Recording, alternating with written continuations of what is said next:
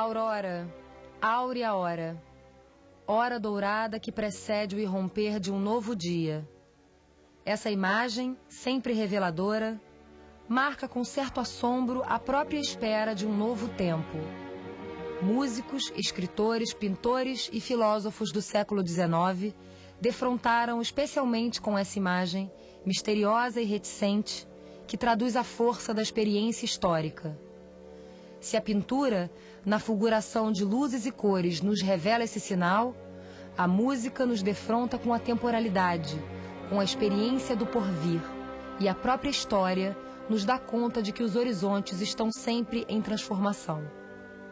O Brasil viveu a seu modo esse tempo de anúncios históricos, tempo de crepúsculos e auroras.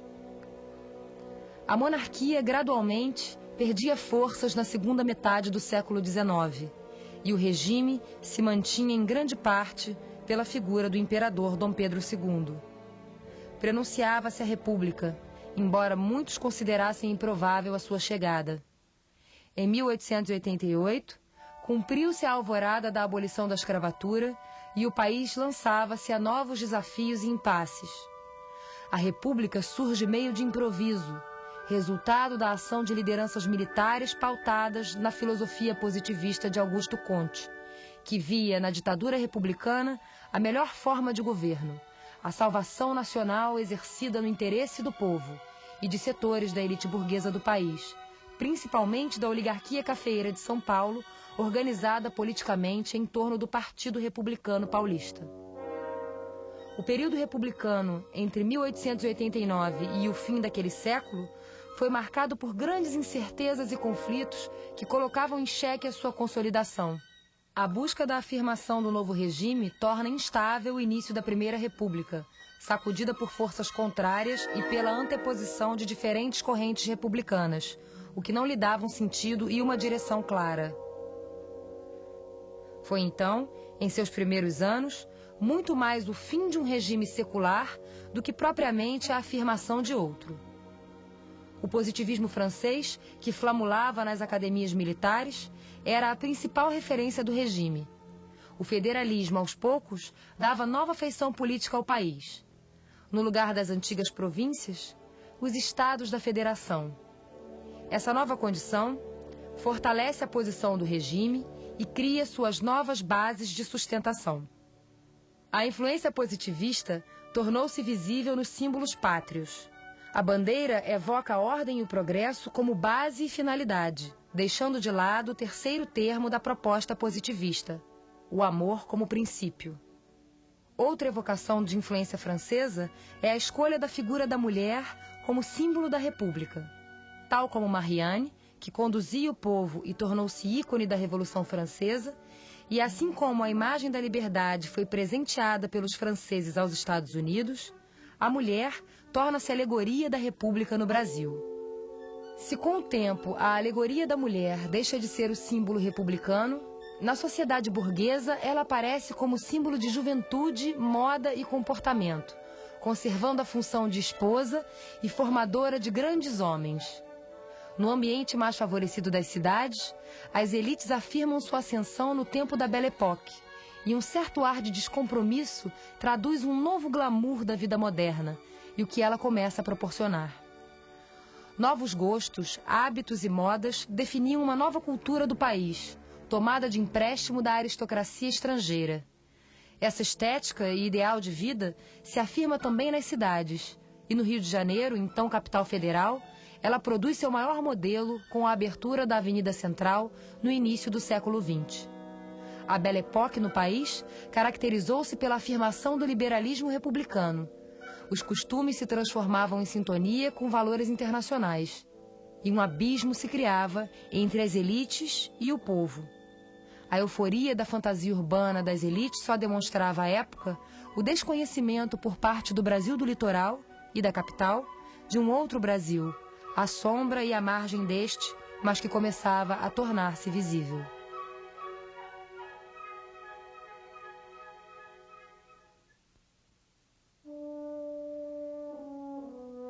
A luz da aurora revela-se por seus contrastes, pois enquanto algo se anuncia e se clarifica, alguma coisa permanece à penumbra. O Brasil da Primeira República revelou-se em muitos desses contrastes. Inicialmente, pela própria instabilidade do regime, pelo temor de levantes monarquistas e por revoltas que teve de debelar, como a da Armada entre 1893 e 1894. A República dos Marechais, de Deodoro e principalmente com Floriano Peixoto, impôs-se pela espada nesses conflitos. Mas a revelação maior do contraste de dois Brasis estava guardada para o governo de Prudente de Moraes, quando ocorre a campanha de Canudos. O episódio teve importância extraordinária pelo que foi capaz de revelar. No Nordeste do país, peregrinava um líder religioso, conhecido como Antônio Conselheiro, que pouco a pouco arrebanhou fiéis sertanejos e fundou um grande arraial chamado Canudos, que negava a propriedade privada, o controle dos governantes e a cobrança de impostos.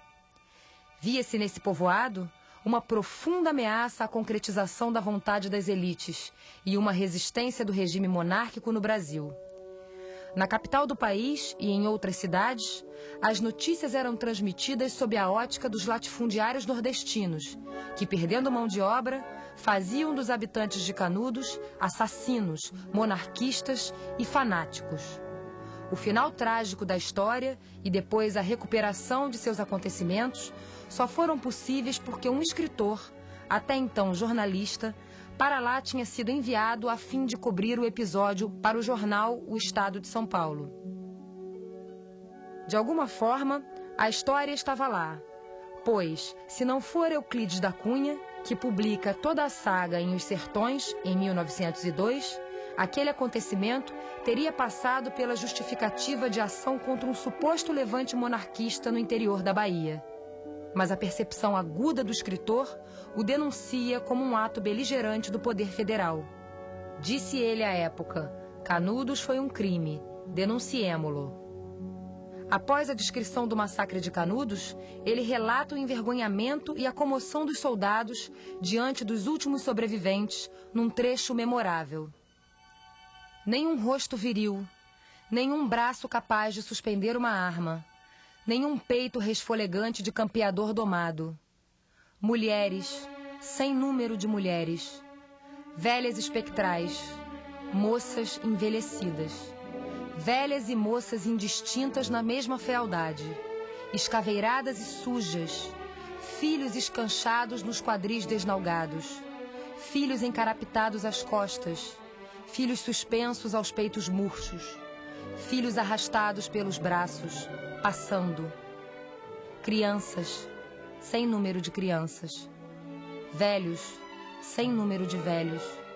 Raros homens, enfermos opilados, faces tímidas e mortas, de cera. O episódio despertou em Euclides a percepção de dois Brasis separados não pela distância, mas por 3 séculos. O Brasil dos sertões e o Brasil do litoral das capitais. A constatação do autor não se restringe a seu tempo. 2 Brasis permanecem e se desdobram aos dias de hoje.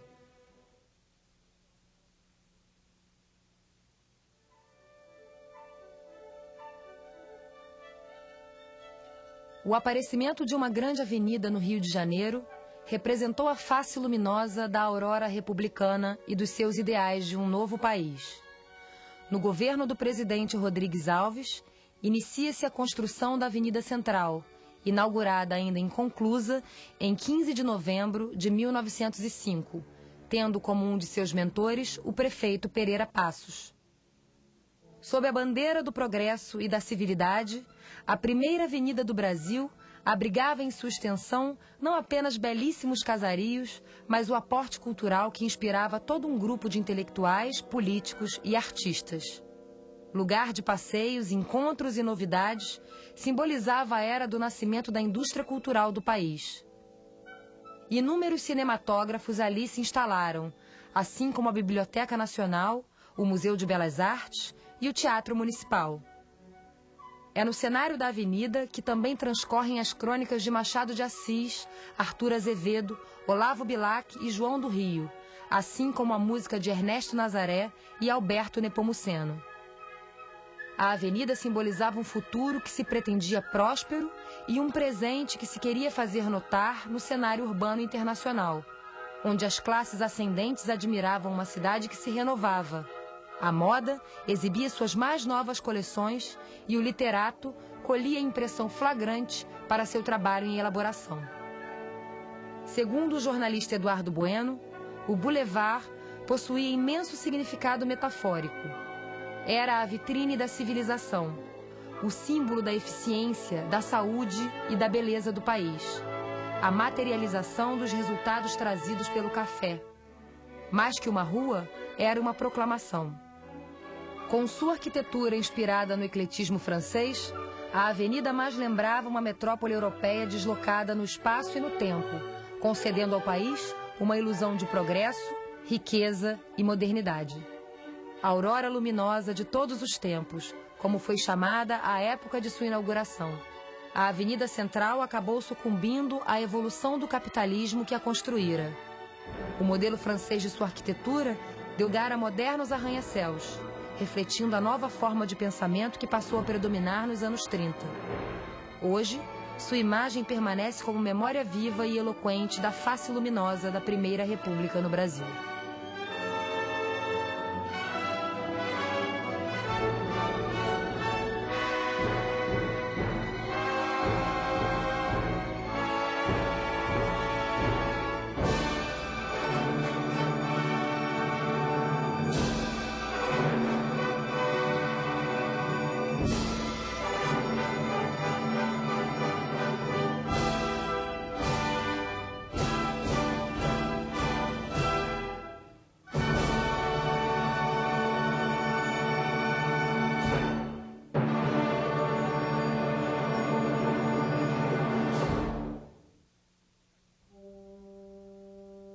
O cearense Alberto Nepomuceno foi um compositor consciente das transformações por que passava a música do seu tempo, além de ser revolucionário para sua época.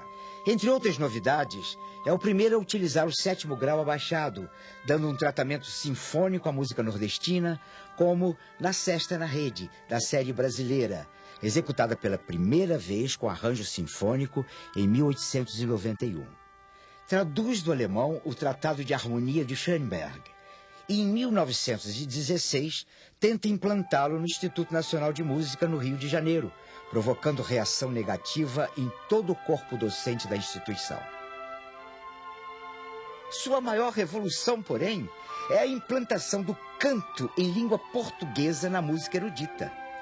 Avesso ao modismo do canto em italiano, cria polêmica ao afirmar que não tem pátria um povo que não canta em sua língua.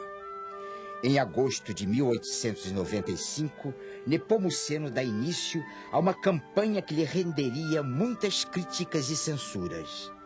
Apresenta pela primeira vez, no Instituto Nacional de Música, uma série de canções suas em português, deflagrando a guerra pela nacionalização da música erudita brasileira. Suas atividades no Instituto Nacional de Música têm início como professor de órgão em 1894. Em 1902, após o falecimento de Leopoldo Miguez, é nomeado diretor da instituição. Mas, devido a inúmeras pressões e divergências de ordem política e administrativa, pede exoneração no ano seguinte.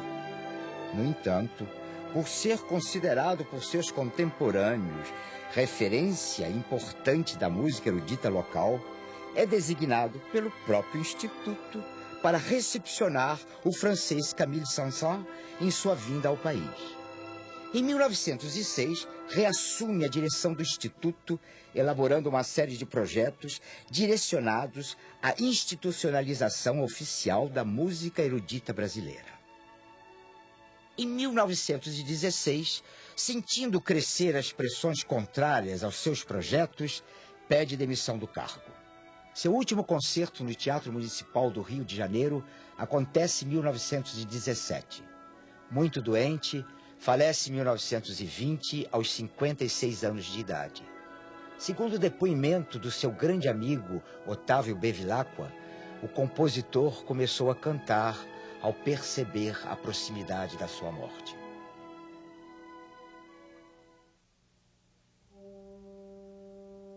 O cearense Alberto Nepomuceno foi um compositor consciente das transformações por que passava a música do seu tempo, além de ser revolucionário para a sua época. Entre outras novidades, é o primeiro a utilizar o 7º grau abaixado, dando um tratamento sinfônico à música nordestina, como na Sesta na Rede, da série brasileira, executada pela primeira vez com arranjo sinfônico em 1891. Traduz do alemão o Tratado de Harmonia de Schoenberg e, em 1916, tenta implantá-lo no Instituto Nacional de Música, no Rio de Janeiro, provocando reação negativa em todo o corpo docente da instituição. Sua maior revolução, porém, é a implantação do canto em língua portuguesa na música erudita. Avesso ao modismo do canto em italiano, cria polêmica ao afirmar que não tem pátria um povo que não canta em sua língua.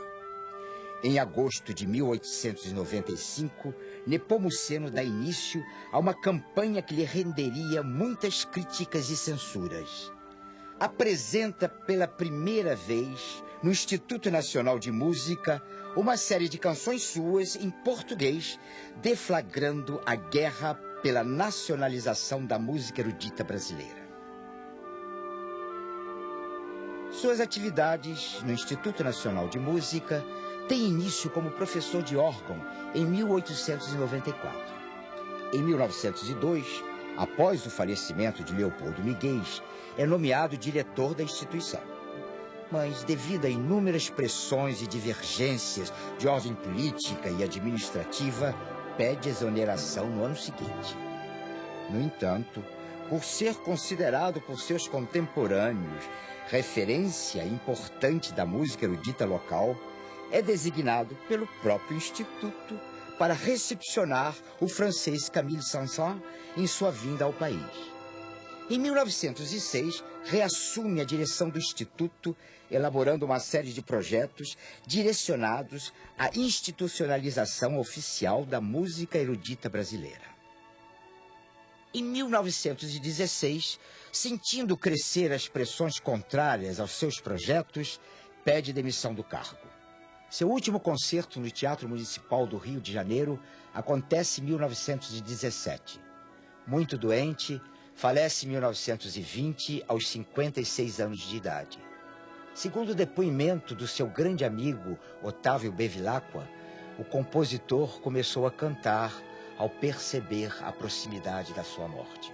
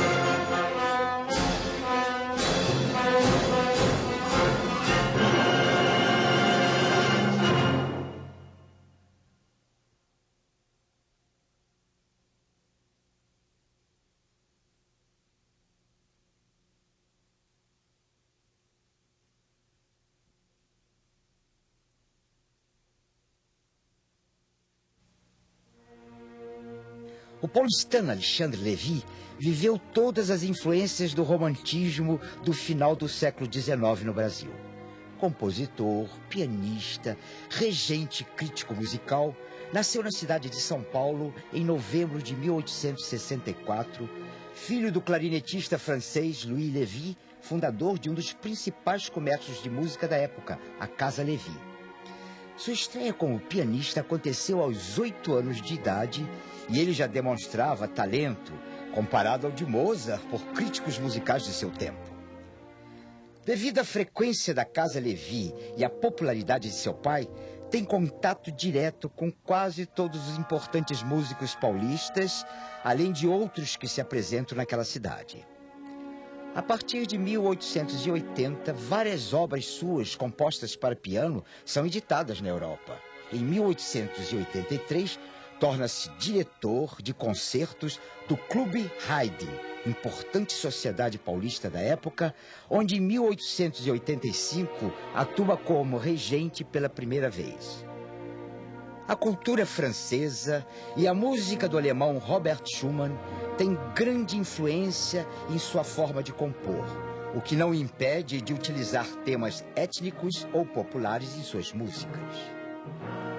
Na segunda década do século XX, Mário de Andrade classifica Lévy como um compositor nacionalista, mais próximo pelas características musicais a Carlos Gomes e Alberto Nepomuceno, que, segundo o crítico, estavam muito presos aos padrões europeus.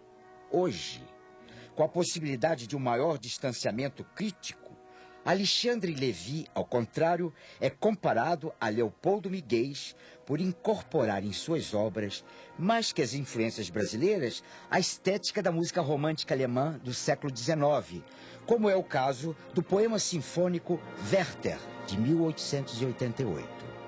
Werther, repleto de lirismo, é inspirado na obra de Goethe, Os Sofrimentos do Jovem Werther, de 1774. E um dos pontos de partida para o estabelecimento da imagem trágica do herói romântico, que, ironicamente, será encarnada pelo próprio Lévy em 1892, quando morreu prematura e misteriosamente aos 28 anos de idade. Antônio Carlos Gomes, consternado com a morte de Lévy, escreveu: alma ardente de artista genial, desapareceste tão cedo, vestindo assim de profundo luto a arte nacional.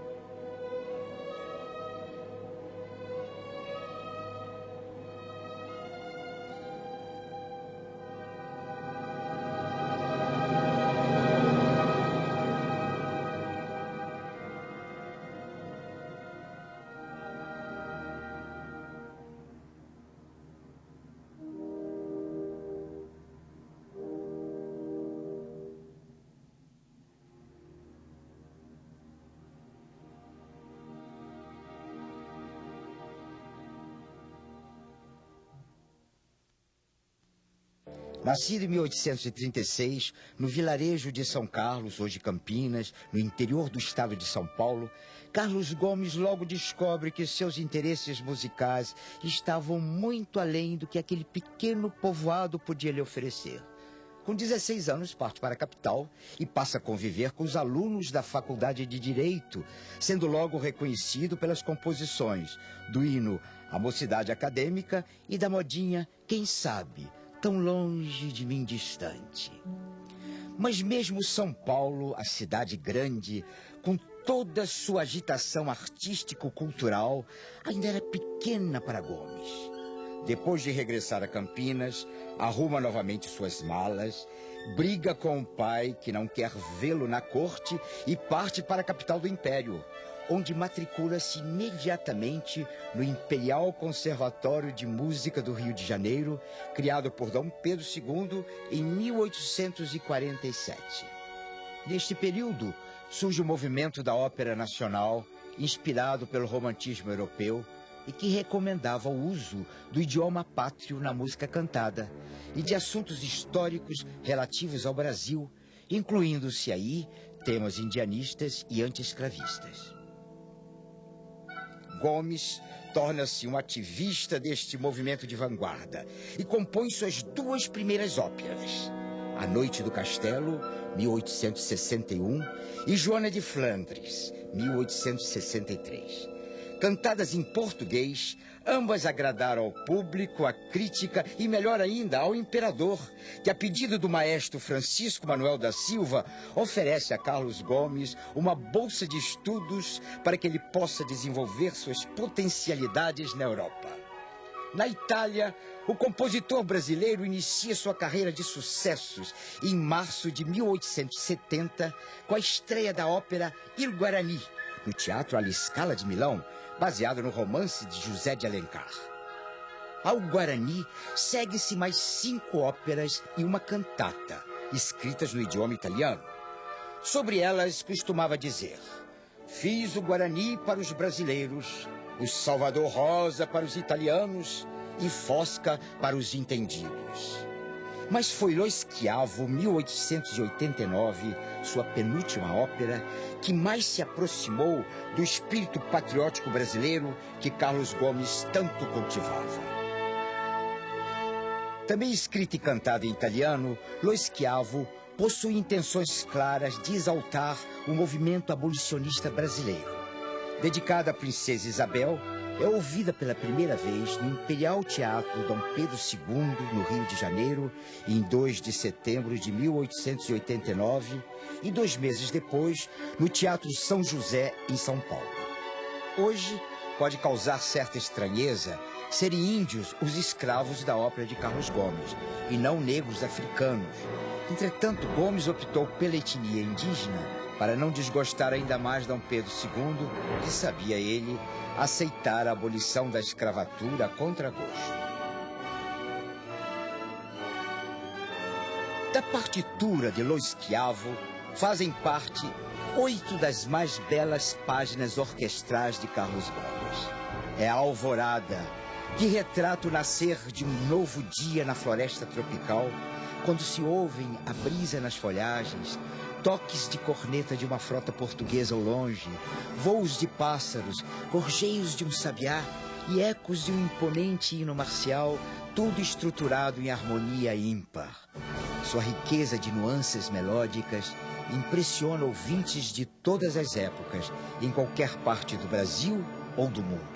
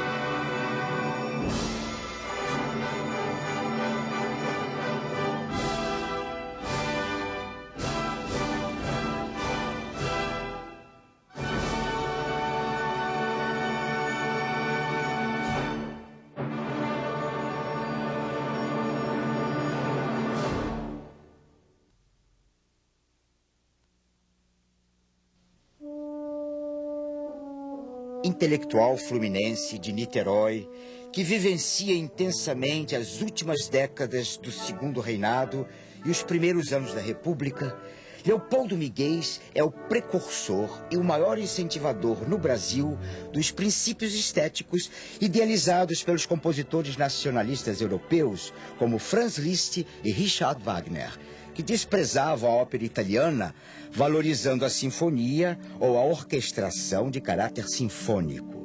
Exatamente por causa desta influência, a obra de Miguel é predominantemente orquestral. Miguel introduziu no Brasil a forma do poema sinfônico.